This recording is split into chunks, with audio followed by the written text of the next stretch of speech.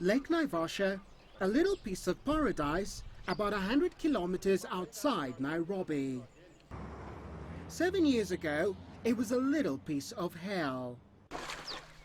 Businessman David Killer was there. We call it a dark Sunday. It was on 27th of January. Tribal rivalries ran deep here. So when the fighting over election results spread, Naivasha suffered some of the bloodiest outrages. People hacked, shot, and burned to death. During the skirmishes, I lost everything that I'd managed to get in my lifetime. He only survived because he took his wife and 3 children on a boat into the middle of the lake. They stayed there 5 days until the slaughter burnt itself out. For the survivors who remained behind, this is where they earn a living on Lake Naivasha, catching fish, selling them on to the hotels and lodges that surround this lake.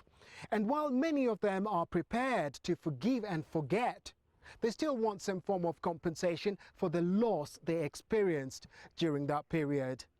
The government says it has resettled and compensated those whose livelihoods were affected. But not everyone is convinced.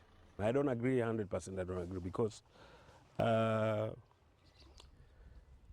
know quite a number of people who are languishing in poverty. And there are people who are well off, there are people who had properties, there are people who are, they were role model by that time.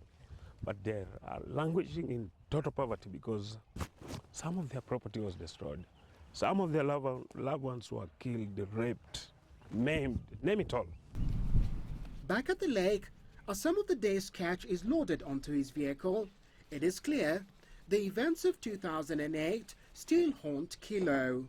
If you ask me, have you forgiven anybody? I'll tell you, who am I forgiving? None of them.